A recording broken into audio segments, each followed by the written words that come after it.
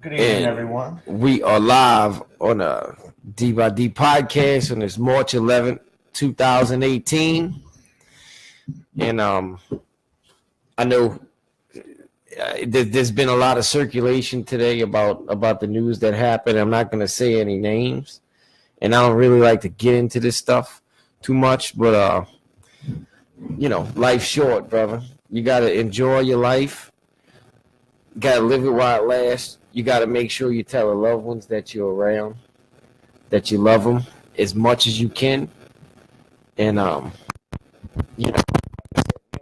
short period of time, you want to do, and you don't want to go to rest with those ideas that you always wanted to get in life and accomplish all your goals and dreams, thinking, I wish I could have done something, because we don't have much time here. So we got to do it while we can, And unfortunate situation, man. I mean, it just shows you how brief life can be, and anything can happen at any time. You know what I'm saying? And I, like I said, it's a sad day, and to me it's hard to explain. It's kind of like a speechless situation, because when people like that go, I mean, you got your whole life ahead of, like everything was on the up and up for, you know what I'm saying? Everything's on the up and up, right? And it's like so the best days of your life are just getting started, and it can be taken away from you in an instant. Yeah, I mean, anything can happen, And then when you got family and wife, kids, whatever, it's just right. It's tough for them to handle, and just could happen in this, could happen to anybody. Well, and another thing is we get caught up in, like you said, we have life, we have wife, we got kids, we got responsibilities, we have we constantly recycling a pattern of just trying to keep our head above water and just trying to keep the bills paid, and we forget about those little things. You know what I'm saying? I mean, it's so easy to forget about what's important and like how special things are, and sometimes it takes tragic situations for you to see the best in life. What we're really here for. And thoughts go out to everybody involved. To the families, and right. It's a terrible situation. And it's such a new, and I mean it's a new development. Like this is only a few hours old. And like I said, I don't want to get too deep into it. I don't want to say it. I don't want to touch base. I don't want to say too many names. I don't want to get too involved in it, because I don't know. You know what I'm saying? Like, it's all hearsay. So, like, we'll let nature take its course, and anything we can do to pay our respects and give our help to the tragic situation, we here for that. That's kind of what we made this platform for in the first place. Is for our community. It ain't really about, we enjoy getting behind the microphone and chopping it up and having fun, but at the end of the day, we do this for other people. Like I told you when we got involved in this, the whole point of me doing this is to build bridges. Right. You know what I'm saying? And that's why we do this. So like, we want to use this platform to help other people and speak out against or for anything that the community wants to be stressed on, So, other than that, we'll get into your stressful situation over here. You all worried about the fact that my Pelicans just lost, man. You come here wearing the shirt, get me all excited, right? They were winning until you got here. I know. They were losing. They were losing. Man, it was in the game. They was kicking ass, and you come rolling in, Brian. They just lay an egg. What do you got to say for yourself? It's on them. Yeah, I mean, AD can't sell, like your dad said. AD can't sell hot dogs too. I mean, what more can you do? You let the Utah Jazz show you up. You look like Pistol Pete was out there today. 45 looked like Pistol Pete. Well, what we were talking about yesterday. I mean, I don't, I'm not too hip on the Pelicans until I see a nice return on my investment with these tickets. But Shout out to Tim. We talked about it yesterday on a little mini pod. I mean, what do you think? The world's gonna be in an uproar the day that Donald Trump and Kim Jong-un sit down with some strippers and in the club shining. And they're gonna have this. They're gonna use what they're gonna do is they're gonna take the nuke and put it on the dance floor. That's gonna be the pole. That's the pole, and they're gonna slide up and down the nuke. A big nuke pole. Yep. Girls' titties gonna grow like 80. And then what they'll do is together they're gonna take it and they'll blast it off into the desert, let it explode in the desert where it won't affect anybody, supposedly. Yeah, I don't know. They know I don't know what to say.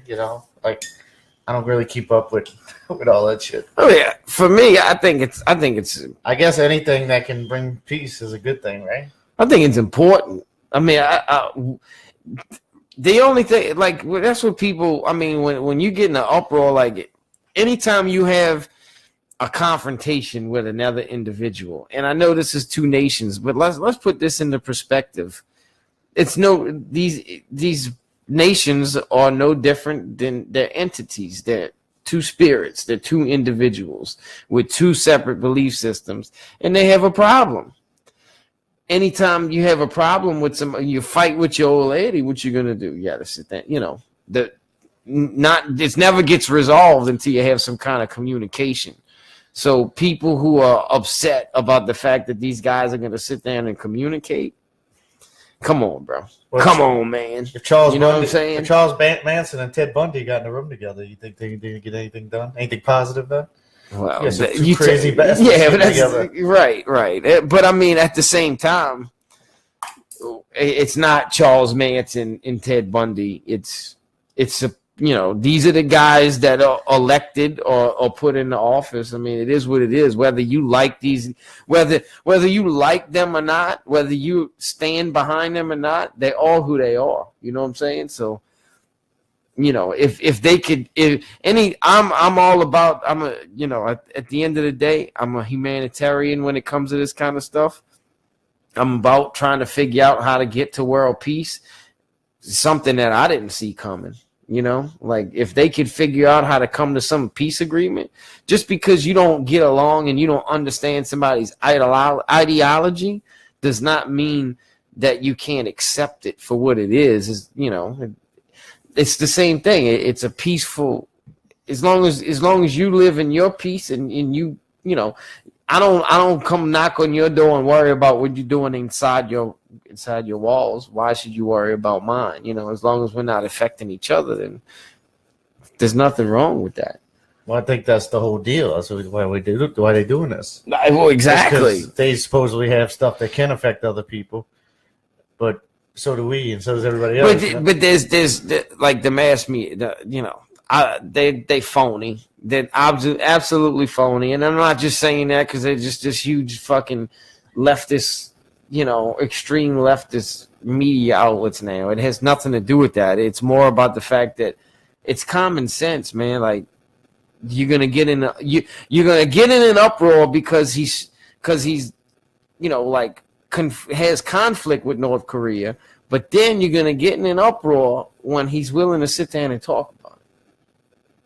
You can't. There's no win. There's a no-win situation. I don't get an uproar either way because I don't care. I know you don't give a fuck. And that's most. There's a lot of people. I mean, at the end of the day, yeah, I'm not like thinking about this when I get up every day, but I'm thinking about that fire at the refinery last night.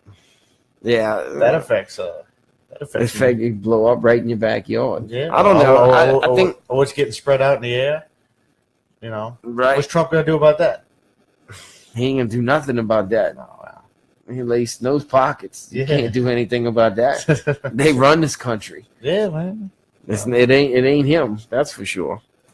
Well, and speaking of knucklehead leaders, China's president. I thought you were talking about Alvin Gentry. Oh yeah. Well, I've been told you about Alvin Gentry, but you don't want to listen. Told you. You knocked off the guy. You didn't give him a chance. You knocked him off before he had a chance to do something because you wanted to look sexy and go pick Golden State's next best thing. I'm never advocate of firing coaches. I don't think they have much worth in the NBA. But they don't. I mean, set your lineups up right. In rec ball, they don't have much worth. If you get your best players on the floor playing together as much as possible, you don't have to do much. You about firing coaches, but are you about letting them like just coach until they don't feel like coaching anymore? No, I'm not.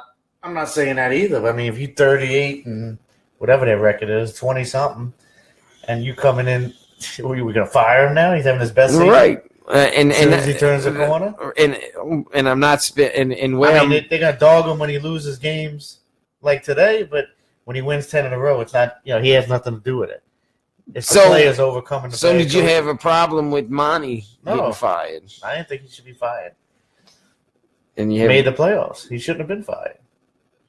Well, I know. That's what I'm saying. It didn't make any damn sense. And when organizations do something like that, it just kind of shows you how off balance they are. It shows you how short-sighted they are. Right.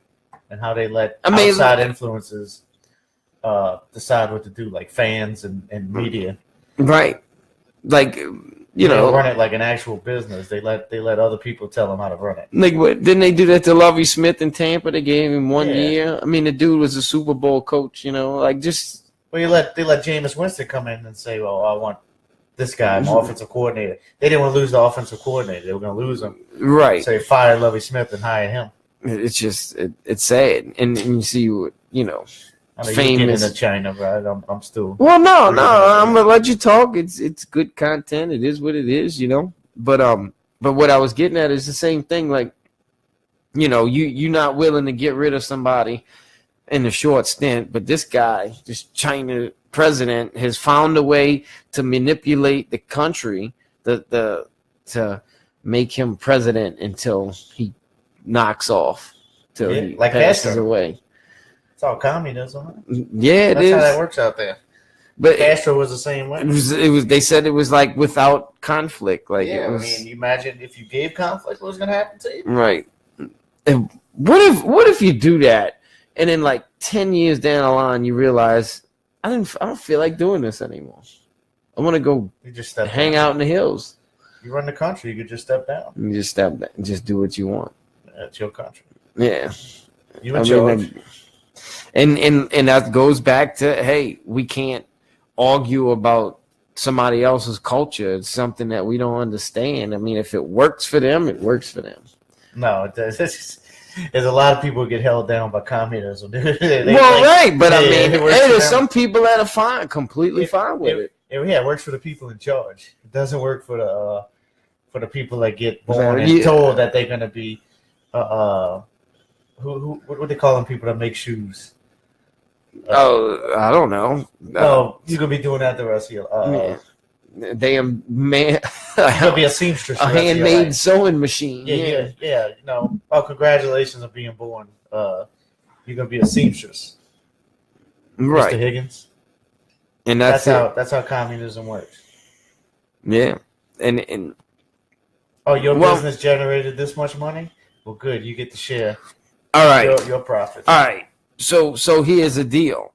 Does that give you a right to go point fingers at them and try to convince them to stop? No. No, that's up to their people to change that. Right. So you should. They have enough technology and the wherewithal to know the different types of markets in the world. Well, if you look at like that's not necessarily true, because like if you look at North Korea, they say that them guys have the biggest restricted internet that you can possibly, like, they're only allowed to see what goes on inside their country. So they got like the people, right? The people can't look outside their own country. Like the government makes the call on who gets to watch and see what they see and how they see it and how much they see it. Wow. There's even restrict, like they have the people convinced that, all right, let's say me and you are neighbors, right? They have them convinced that if I catch you doing something that you're not supposed to be doing, that's outside the limits, that I have to go tell on you, snitch, and write a statement about it. Rat ass. It's crazy, you know. Like you're right, and if you and you know they have a belief that they have to punish each other to keep each other in line. You know what I'm saying? It's like, you know, like so we can all follow this order. Rather than, you know, if you're doing something wrong, I don't give a fuck. It's your business. You know what I'm saying? Let you burn your own bridge, you know, whatever. Let you, you know, you follow, you create your own path. You follow your own mistakes. I might, if I have an issue with what you're doing, I might tell you, but I'm not going to go run and tell authorities what you're doing. Right. You know what I'm saying? Like, I had to talk with you. You're my neighbor. You're my friend. You know what I'm saying? Like, we had the discussion. You got to realize that the big world, man. A lot of people weren't born the same customs that we have here in America. Right. And I think, and it's like the Middle East. I mean, women have no rights in the Middle East. And that's an issue. It's definitely a problem. And even though, like, we're in a freedom-based society, I think a lot of people here are stuck in their own box, and they don't see bigger pictures on things. You know what I'm saying? Like, they can't see what's outside the box, what's outside in front of them, and I think because that's all they look at is what's in front of their face, and they don't. If you don't study and research and read about the way the world works and the way different you know, you got to go places too. Right, yeah. You can't just stay in Chalmette your whole life and then understand. And all of a sudden, you realize how the world works, and you never left. Right, and you never left Kenner. Yep. You haven't been west of Kenner, and you can't just sit there and be, you know, assume you know it all. It's a big world, like different cultures. You know, it's just like in Europe, yeah, everywhere is different. Well, it may work for China, and in our opinion, you know, it's definitely not the best way to do business or run a nation. But it, like you said, if it worked for them, it works for them. But I'm sure if they were smarter and more educated about, you know, what they could do, then one thing, I mean, people who had the power to change that. That's, you know, like you say. I mean, you're right. In a sense, but at the same time, we're in a society, like, technology is so great today that you can at least get an understanding and a value for the way things work by researching it. You don't have to go to the library anymore. But you don't have to search for the book, the time, and the technology is great for you, but you're not sure how great it is for you.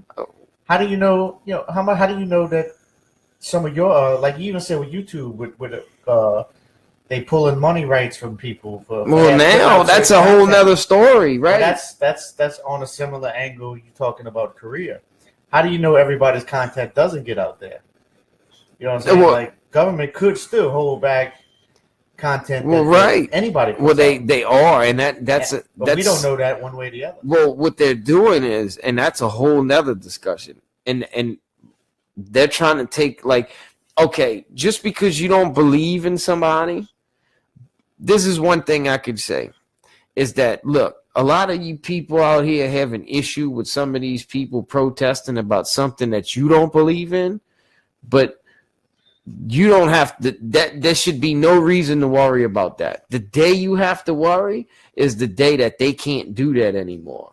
And that's the scary thing about YouTube demonetizing and pulling people's pages, YouTube channels, videos, and restricting them and taking it away. It's not like they're putting out, like, you know, like horrific material. They're not cutting heads off like ISIS, and you know what I'm saying? They're not all they're doing is speaking their mind about their belief system. They're having a discussion, and even if it's not accurate information, it might not be true. They might have a belief about something that happened, but they're having the discussion. And the day you can't sit down and have an open discussion, we have a problem. Yeah, I mean, that's just step one to a bigger picture. And where does that stop? You know, if one can't prove his or her belief system isn't true or not. I mean, do you pull religious people off YouTube? Right. Well, that's what I'm saying. It's the tree, the big tree of freedom. Okay. And what happens is they take a leaf off every day. You take a leaf off every day. You don't really notice that the leaves are disappearing until one day you wake up and they all gone. Yeah. And then it's like shit, like you that's what they slick side you.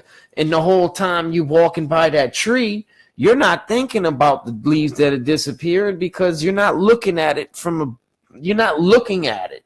You're glancing, but you're not seeing the bigger picture because of all things that you have, your responsibilities that distract you day to day. And like you said, like the whole thing about, like from a national standpoint, like none of this national news doesn't affect me directly, but that refinery that blew up in my backyard does. But it because that national stuff is a leaf on a tree. You know what I'm saying? And I'm not sure about that. I think that's the distraction to stop you from looking at the leaf on the tree. See, we're having a discussion, and that's where it starts. We have to start there. Not saying that the oil refinery, is the leaf on the tree. No, I'm saying you're distracted by the leaves being pulled off the tree because of what's right in front of your face, which is a refinery blowing up in your backyard. You understand what I'm saying? And I'm saying that small things like the refinery blowing up aren't affecting you because you're distracted about Trump meeting with. Oh, you think I'm watching the tree too much? Yeah, you're sitting there watching the tree, and you're not aware of what's going on in front of you, which is kind of cool. I'm aware of what's going on in front of me. I do that too.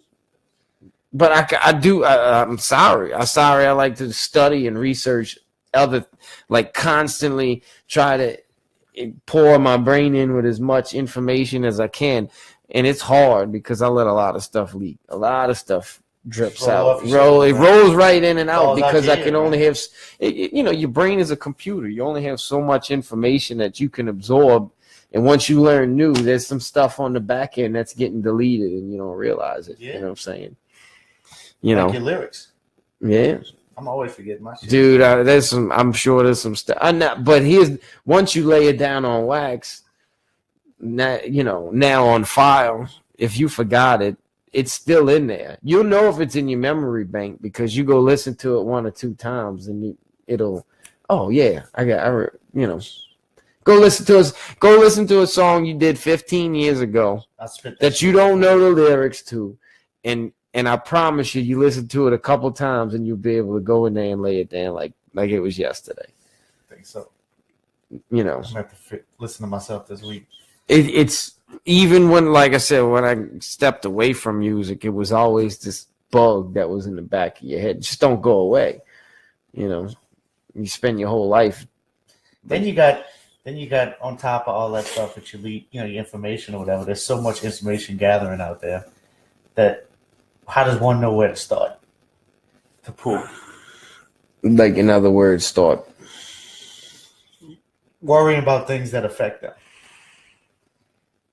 Do you start on a mainstream news level? Well, absolutely. I mean, if you just like waking up out of bed, or do you go to your school and find out what's going on in your school with your kids?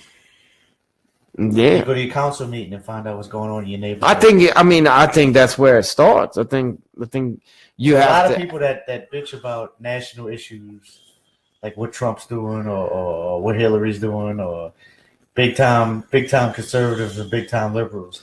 Shouldn't they get their start in their own neighborhood? Well, I think right, and that's what can't change the world. I got an idea. You spawned an idea, and you know how we always talk about the trickle down effect. People always say shit rolls downhill. Well, I think it's time for us to actually start bringing, rolling, pushing it back up. Taking our shoulders in that big pile of shit. Right, and pushing it back up. And it starts in our communities, and it starts small from the bottom of the totem pole. And I think it's time for people to start being activists and proactive. I can sit behind my and keyboard work their way up. I can sit behind my keyboard and judge the next man, and it's a lot easier on me than actually having to right, because you got to clock in too. Right. And think and do work. And this is the problem, and that's what we like when we started this when we press play on this recording, we actually life is short. You got to look at the bigger picture and think about things. Look at life in a whole different angle, and people get lost. They get lost in society. They forget the important things in life, which are the small things in life. And like for instance, think about the hours in a day. You put 24 hours in a day. How much of that time do you spend asleep?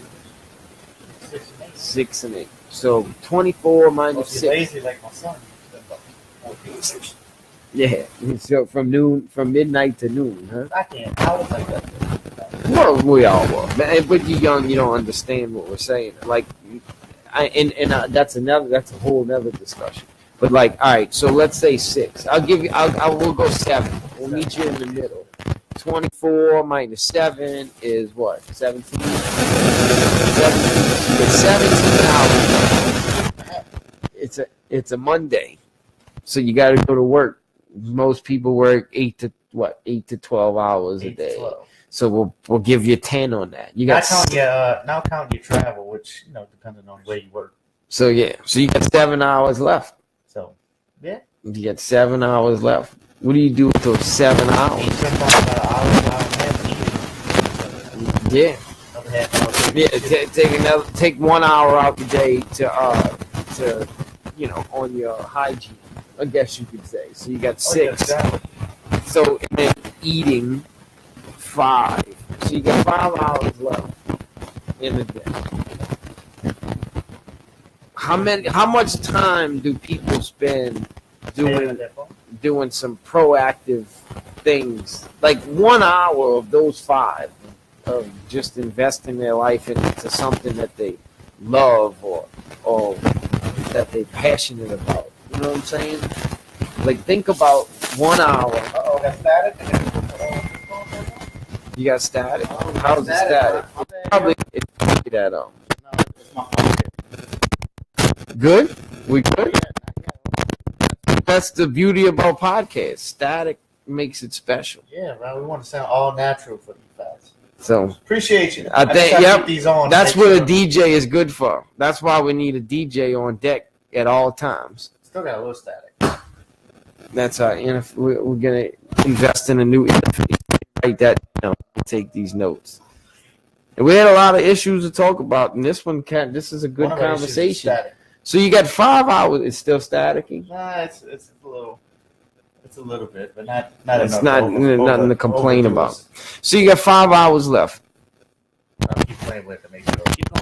Keep going. Give me an hour of a day. Give yourself an hour of entertainment, because everybody needs that. Okay. Most people spend 4 hours and 55 minutes on their phone. Right. And then 5 minutes putting their kids to sleep. 5 minutes putting their kids to sleep. And then they go dodo. So you got Fats. You got 4 hours left. You could give yourself and I think just people don't spend enough time on themselves and I think in just being doing something positive, right? They're just trying to get through the day so they can go back to work tomorrow.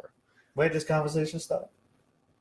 It started in North Korea with Trump.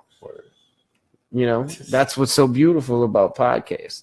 Well, and that's where I'm getting at. You know what I'm saying? And look, the reason we talked about pushing shit back uphill.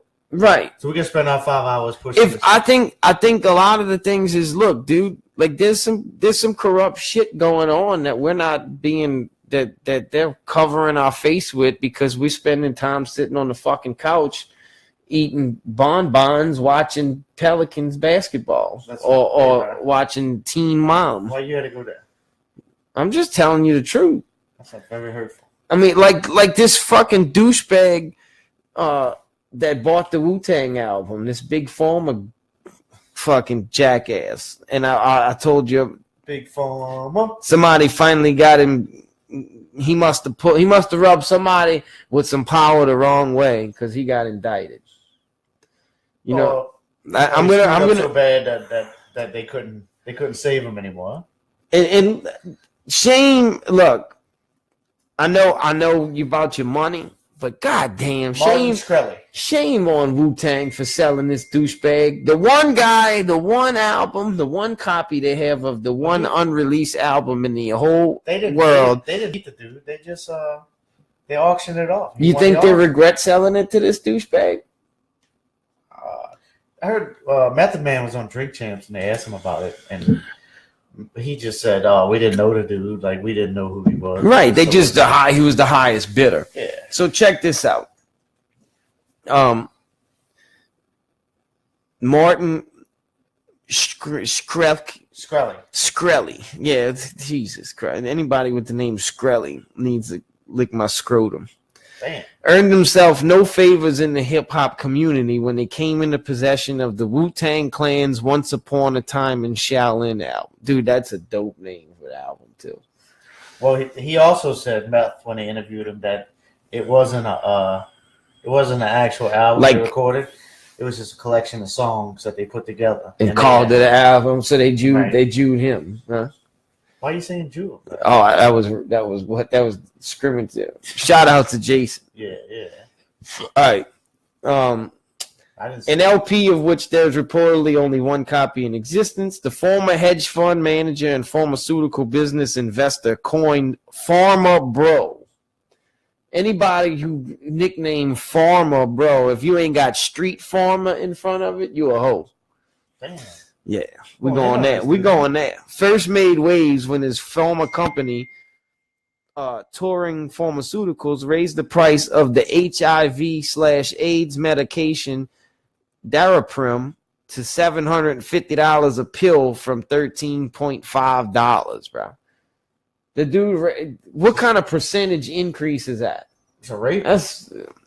He eventually became embroiled in legal trouble stemming from his alleged shady dealings and fraudulent business, earning him the dubious honor of being one of the most hated men in the country.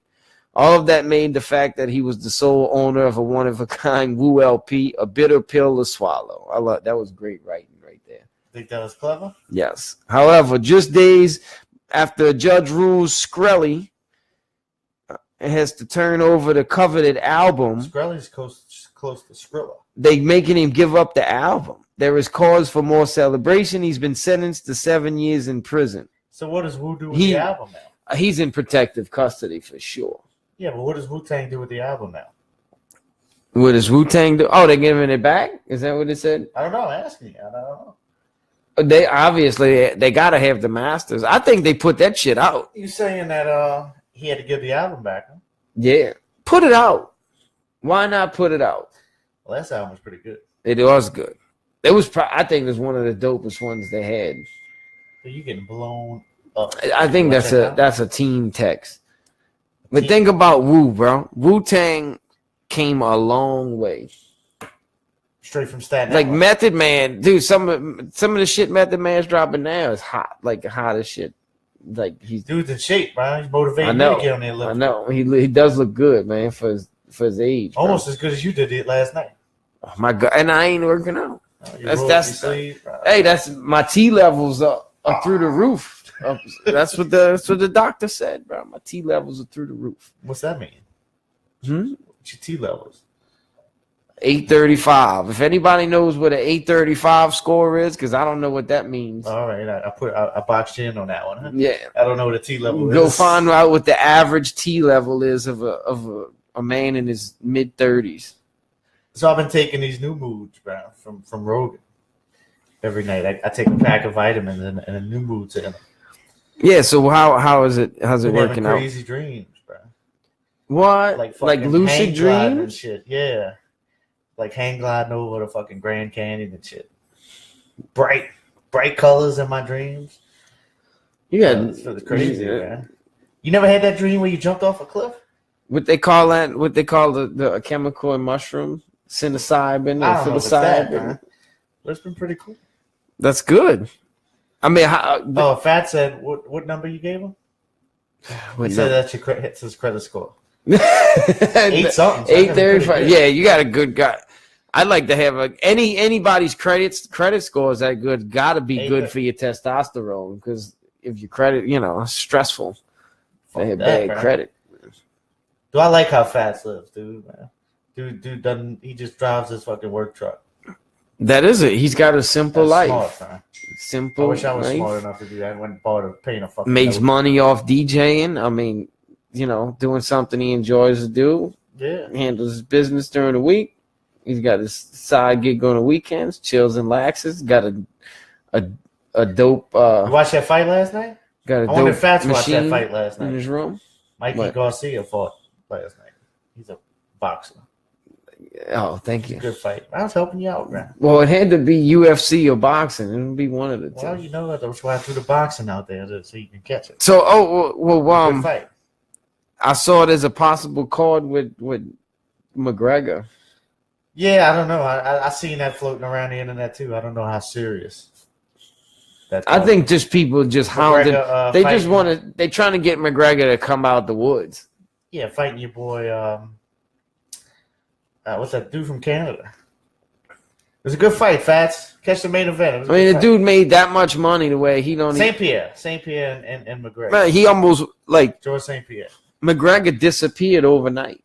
Dude made $100 million in his last fight. And just kind of kills your motivation. The last time I seen him was on I think it was a Burger King. Yeah, the new Burger King commercial. Yeah, it's kind of another $100 million. So wouldn't that say good things about Mayweather? Because Mayweather's been making them kind of purses for about 5-6 years now, and for him to come out in tip-top shape and fight these dudes like that, I mean, you got to respect the man, right? He made you famous. Look at McGregor. Mayweather makes you famous. McGregor got his first $100 million, and he don't want to fight no more. He won't go spend his money. So, if Mayweather would have lost to De La Hoya, see, people keep sharing that fight and saying that De La Hoya got robbed. I don't. You saw. I thought Mayweather won you could have went either way, but I thought Mayweather would have won a close fight, and I think he did win a close fight. But they showed just the De La Hoya. What they do is they showed the highlights. They showed the De La Hoya highlights from that fight. one round that he like really balled out. It was a closer fight, but I thought Mayweather was closer to losing the first. What was that dude's name? Fuck. Man, you put me on the spot with all this fight talk. Well, he fought the dude from Mexico, not Juan Manuel Marquez, Jose Luis Castillo. He was close to losing that fight, and he was close to losing another fight later on than he was to De La Hoya.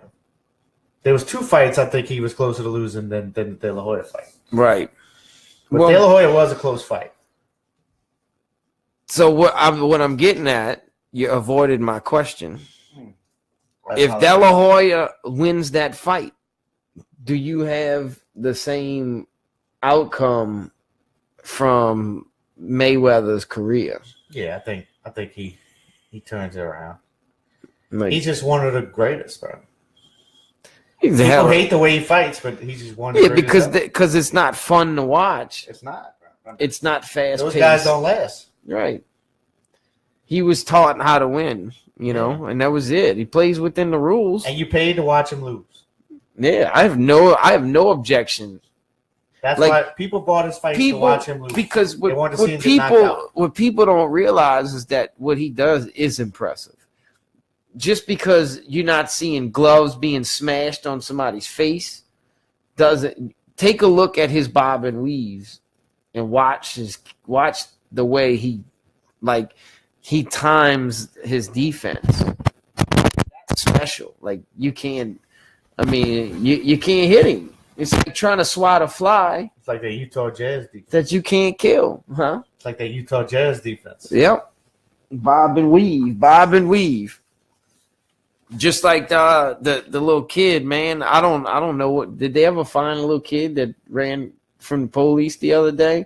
Nah, I don't think so. I mean, I just read that article. They were looking for him.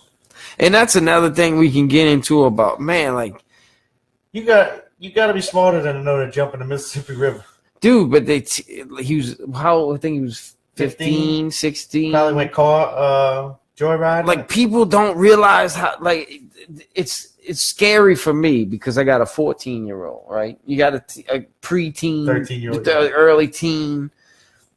Like the toughest, they think the whole world is gonna end. You know, like everything matters at that age, and like he was, you know, like he was willing to just jump in the river rather than take the charge, bro. Because they have no concept of consequences. That's what, like, dude. Like he didn't know what the consequence of jumping in the river was. Nobody ever taught him, and it might be true. Nobody told him ever, hey, bro. It's not a swimming pool. Yeah, you know that thing's especially, bro. The river right now. They're gonna find him somewhere in Empire on the marsh. Shit, they might not find him at all, dude. He might go all the way. But the river right now is the current is whipping so hard. I was told this today too. The current is whipping so hard in the Mississippi River that it would fill up the Superdome in a second. Think about the science on that. Like you can't even fathom that. You know what I'm saying? Like that's how. That's got to be millions of gallons of water. And the thing is, you can't see, like the river itself when you look at it from the top on a calm day. It looks just peaceful. It looks like a swimming pool, but under that calm water is a current rush that, I mean, it's like turning it up, right? You know, it's like putting a fire hose on. Yeah. You know, and that's he probably did not know that. Once he jumped in, it probably took him a minute or two before it killed him. Right.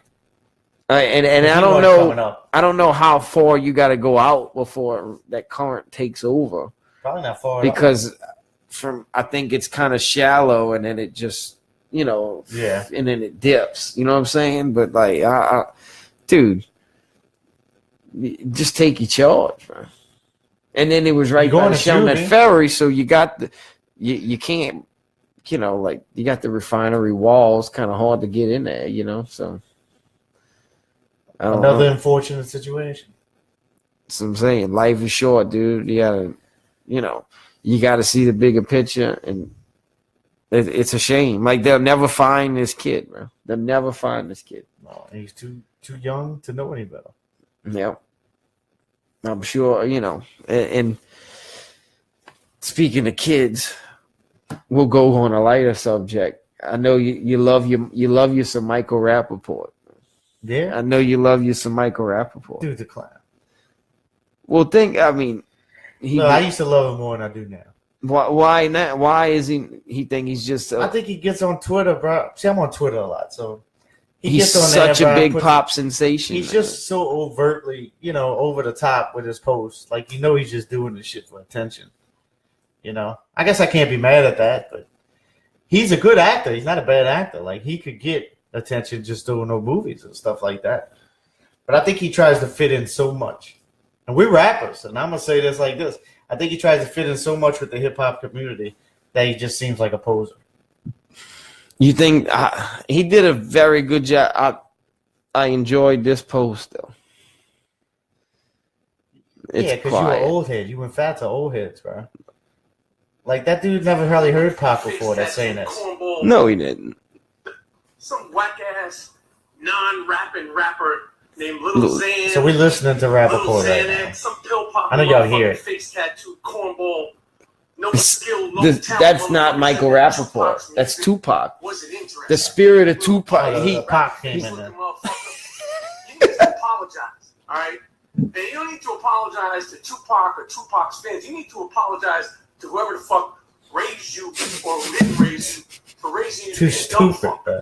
Oh, funny face, Tom and Jerry looking ass motherfucker. You don't get to speak on anything that has to do with. That's a white dude too. Rap music, all right. And while whoever he's talking to is a white dude.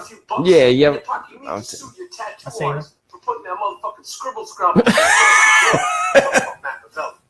Motherfucker, I don't give a fuck how many Instagram followers you have, or if your little bullshit chain spins, or does backflips, or speaks Mandarin. Give a fuck about little puppy water. Motherfucker, you're not even skeeting, and you're talking shit. Come on. He went in on Johnny Manziel yesterday. Oh, Johnny Manziel. He went Pac on Johnny Manziel too. Yeah. See if you could. I don't know if you could pull it up on there, but he went Pac on Johnny Manziel too. Well, let me see if I can find it real quick. Go ahead. For a kid, you know, you're talking about this kid, Little Xan. He's, you know, like he named himself after Xanax. There you go. Because he used to be addicted to him as a teenager, like in his earlier teen years. He's only 18. And it's funny, it's like, I think about when I was 18, and you think, and like, even though you're a young age.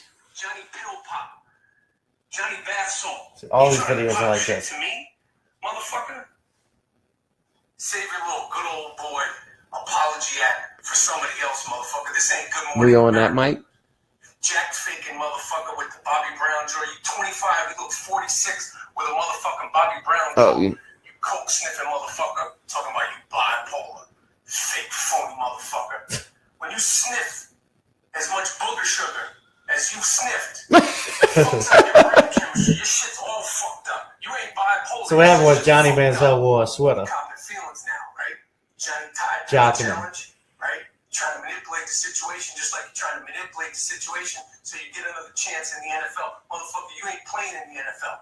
Get yourself some thermals and a sleeping bag and get ready to go to Canada. Jeez. Dude's a clown, bro. That's what I'm saying. I think he does all that shit for attention. Well, I could see him shitting on, like we all have, like true Tupac fans do have, get appalled by somebody when they say Tupac's whack.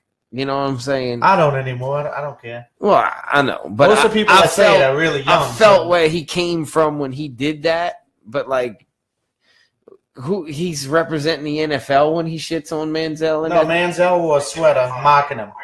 Mocking Michael? Yeah. So he was pissed.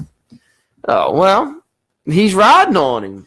Michael's beefing with these dudes at Barstool. You ever hear of Barstool? No. It's a website. It's a sports website. He's beefing with them. So they made a sweater mocking him, Michael Rappaport. Right. And Johnny Manziel was in the picture wearing the sweater mocking Michael Rappaport. So that's how he responded.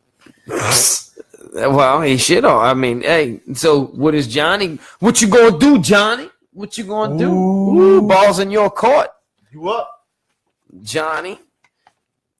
Well, balls in Disney's court too. With the there's rumors going around at the new. Here we go. Got to take a deep breath for this one. The new Frozen movie is rumored that Elsa. I've never watched the first one. Let's make this clear.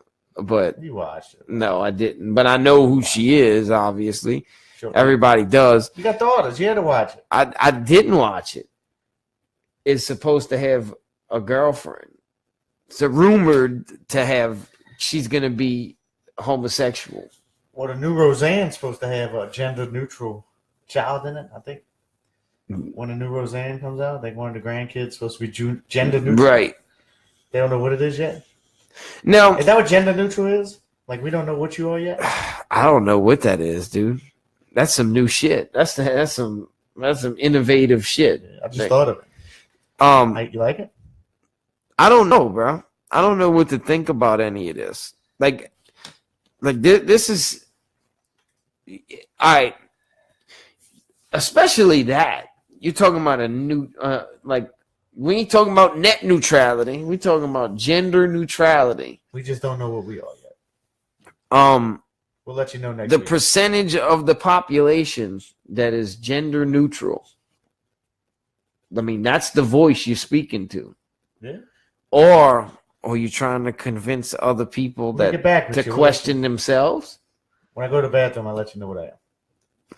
You're gonna figure that out. But think about that. Like that's scary, man. Like gender neutrality is like being pushed. I don't know. I don't like where are we going? And I understand some of the things that were done in Hollywood. Like if you go back and watch some old 80s movies and Weird Science? Just like every woman Weird Science was the shit. Like every woman was either in a police movie was either a prostitute or a secretary. You know what I'm saying? I mean, like just things like that. I don't know why I mentioned Weird Science. She was good. that Elizabeth Hurley? I don't know who her name. I don't know who she was. Trying to think of a name. But I'm just saying, like, where we're going, like, I understand some of the things that, you know, like, can be taken out to try to can create diversity through the script. Let me ask you something about Teen Wolf. Since you started talking about 80s movies. Do you think Michael J. Fox turned into a werewolf for him to play like a black basketball player? See, that's subliminals, huh? Yeah, dude. I heard that before, and I was like, dude, that makes sense. Because when he turned into a werewolf, all of a sudden he could dunk. He could dribble behind the back. He was faster than everybody. He's good. He could actually use his left hand. He could use his left hand. Yeah. Possibility. I'm gonna have to check that scene. I'm gonna have to check. I remember he did some serious dunking, and like he balled out. Now that you mention it, he balled out. Yeah, maybe. I heard that before, and I was like, man, that makes some sense. So you think the directors are like, he's a black man now? You know, they're laughing about it. Yeah, turn him to a werewolf. So who's the guy here's the question. The guy wearing the suit, the wolf suit, was he a black guy or was he a white guy? I don't know that much. I'm just asking. I'm talking about just the Google it. Well, I'm not going to Google it. I just heard it before. I know anything's on Google about it. You might know. Might be AD, right? That dude, dude, they had a dude. I don't think he was here yet. They had a dude running in for a runaway dunk, right? This dude jumped across the floor, AD, and fucking sent his dunk to the stands. Oh, today? Yeah, today's game. Yeah, we watched that. Oh, you seen that? I was in there with you. Right. Yeah, but he knocked AD. But the thing, what I thought was so great about it, it wasn't so much that it was the hustle that it took to prevent the dunk. It's a high motor. He not only did the ball go in the stands, but AD's butt ended up in the stands too. He went to go sell popcorn. Yeah, he sold a beer. He sold a beer on the way out. Well, you talking about? That's what I wanted to tell you. Speaking of basketball, we never mentioned it. Chalmette's own Mitchell Robinson. I was watching him on Facebook the other day, and you don't realize the 7-footer, the size of these guys. He was doing a one dribble dunk from half court. Jeez. And they were practicing the drill. Yeah. He was training. He was off-season training or something with one of his coaches. And the guy would hand him the ball at half court, and he would stretch his leg, put it down. Once you put it on the floor, once you got your 2 steps. So you got 2 steps, put it down, 2 more steps, dunk. Oh. Wow. Well, I don't think you can get 2. Can you get? No, you can't get 2 steps before. I think it was just step, dribble, and then 2 long steps, and he was able to dunk. To go in the first round. That would be awesome. We've never had the parish ever had a first round NBA pick. Who from the parish played NBA basketball? In the NBA? I don't think anybody in the parish played NBA. We had football and baseball. Yeah, right. I think this would be the first NBA player. I could be wrong. If anybody knows that, let us know. I think I'm gonna actually make that a post. Fact check over here. I think I'm gonna actually make that a post. Have we ever had a professional NBA basketball player come out of the parish? I could have been. But I think. I didn't get told. Well, one thing about basketball, that's the hardest roster to make. There's only 15. 15 on a roster. Yeah. And then how many D-League players? How many D-League don't make more than you do, probably. Well, yeah, but that's not what I'm asking. A lot of guys, but players in Europe. Oh yeah, they do have the European leagues too. There's always somewhere if you're a snip away from playing NBA, you can make money anywhere. I'm always on fire. I ain't got one Texans. I think we on fire today.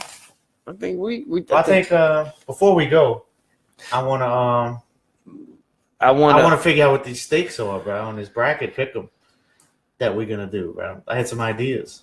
Well, the first idea obviously was one of us get made up on the podcast to get ready for Saturday night prime time. You want to what? Nice plush makeup, lipstick. No, I'm not doing that today. All right, we got some. The only time I did that twice in my life. Your daughters had to do it to you. Well, all right.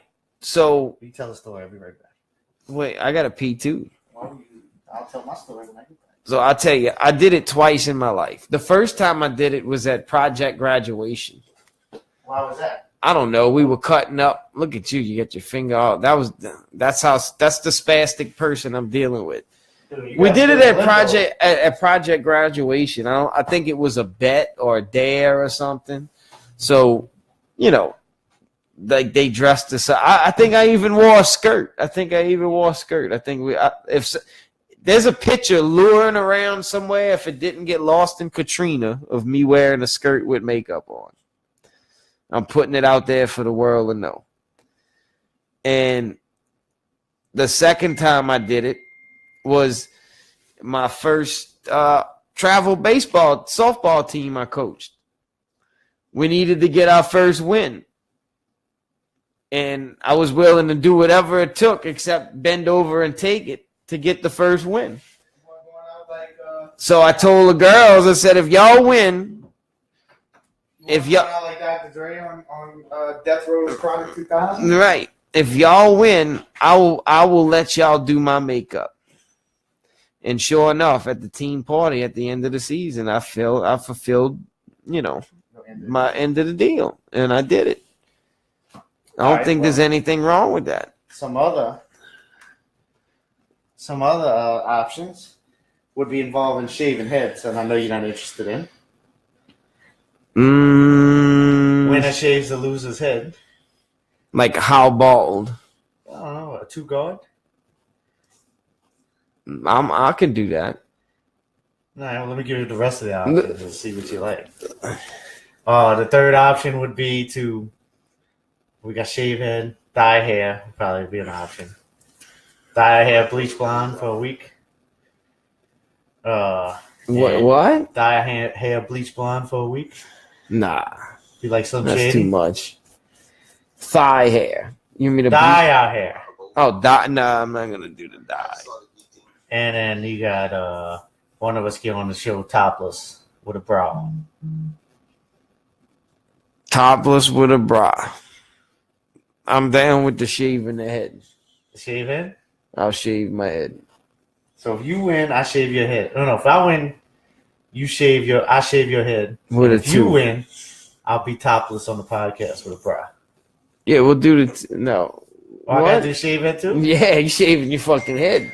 All right, I'm in. You made the deal. So me and Paul are gonna pick a bracket tonight or tomorrow. Right. We gotta have it before Thursday. And one thing I want to tell, one thing before we go, I just want to warn everybody to read the expiration dates on the cereal box. Oh yeah, he told me that some Colorado family plans to return a box of cereal to Walmart for one very good reason. The box is printed Best Buy date February 22nd, 1997.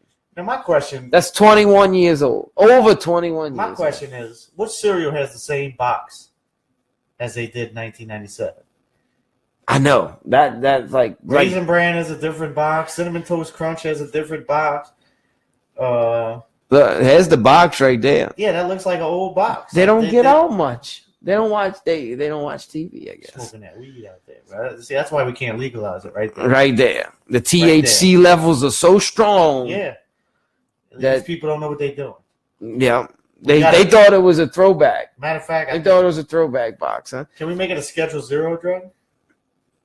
Yeah. To where you just get in solitary for the rest of your life. You stupid. Kept you smoking weed. All right, the Careless family.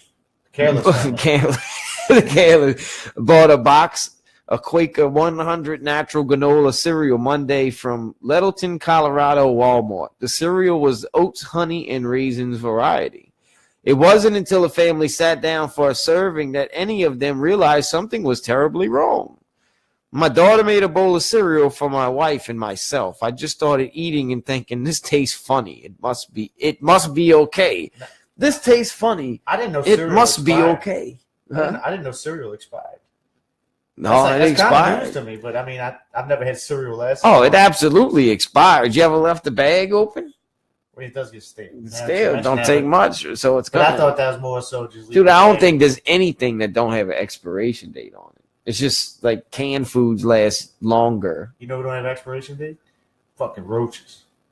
No, them boys are soldiers, bro. They're gonna be long. They'll be here long after World War III. Yeah. So anyway, but Josiah's wife, Anthea, noticed the box's printed Best By date February 22nd, 1997, making the cereal decades old. You were rapping on February 22nd, 1997, huh? Yes, I was. And that was I think I was writing down a road when that came out. Damn, that sounds when that cereal box was being put out printed. the 20-year. I was like, Josiah, you gonna be really sick. Dude, what the fuck is up with these people's names? Josiah, what's this? The Bible? No, it's I think they're Latino. Oh, okay. Says she only had 2 bites before noticing the date, but her husband ate a full bowl. The dude ate the whole bowl. It tells her she gonna be sick. Yeah. Fortunately, so this is the thing. Shout out to Monsanto. Gee.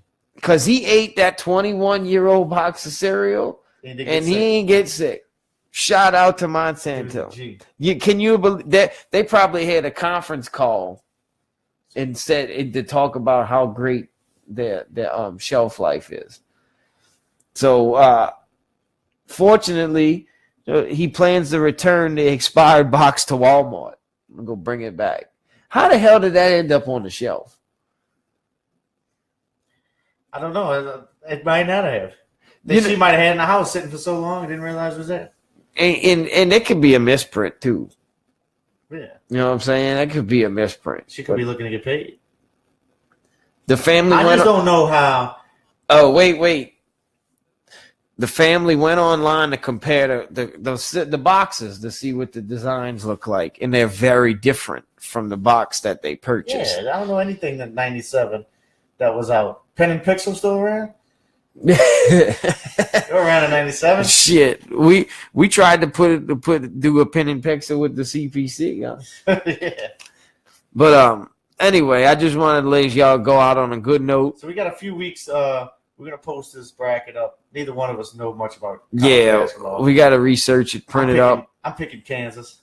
I kind of got my science done on how I'm gonna go about the bracket. I'm just picking all the higher teams. I'm not trying to get cute with it. Well, what happens if we pick the same teams? It goes by points. I'll show you how it's done when we get off. But if we pick the same teams, we get the same points. We ain't gonna pick all the same teams. We got too many games, so let's pick all the same teams. I'm just gonna pick all the teams you pick. You ain't gonna see my picks until the game starts. So. All right. Well, I appreciate everybody tuning in, and again, remember, you guys, that life's short, so you never know. Your loved ones, like chase your dreams. Right. All that cliche stuff is real. It absolutely is real, and I just think that people don't take the time to think about it and listen to it and appreciate it. Like, I don't know if you ever heard of Les Brown. Les Brown. He sounds like a suit salesman. No, he was he's a motivational, like one of the like breakthrough order motivational speakers. What? He would have been a suit salesman if he didn't chase his dreams. Right. Well, he said that the greatest dreams, the greatest gifts, the greatest ideas, the greatest inventions are in the cemetery. Big ups to CJ. Because there's so many people that went out without actually like putting off and chasing their dreams and chasing what's the things that they wanted to do in life because they let life get in their way. You know what I'm saying? Mm-hmm. And you look at people who are on their deathbed about to go, their biggest regrets is all the things that they wanted to do that they didn't do because they were too worried about what was right in front of their face, right? Too worried about the tree. and just the tree. You got to worry about the tree sometimes. Sometimes you got to say, fuck that tree. Yeah. Oh, well, of course. There's a balance. You know, he don't get it. He don't get it. I don't get the shit. But anyway, right. So shout out to everyone who got to listen to us today. I appreciate it. Thank you, everybody, for sticking with us, our support, especially the technical difficulty era. Right. We actually had a nice podcast, with no problems. We had 2 fluid podcasts with no problems, and it's only going to get better from here on out. Shout out to Fats and CJ. Shout out to Cliff Mellerine. Yep. And shout out to everybody that's watching. A big up to everybody whose heart broke today by a tragic situation. Like I said, we don't have to really get into rough details about who, when, where, what, when, and why. That's unnecessary. The most important thing is that you guys take the time out to appreciate the small things, love your family, do what you love to do, and don't take 1 minute for granted, because time does not wait for anybody. It's going to keep rolling, so you got to keep rolling. And everybody will get through this together. So y'all, I have my clippers ready for Paul. Peace out. See y'all next week. So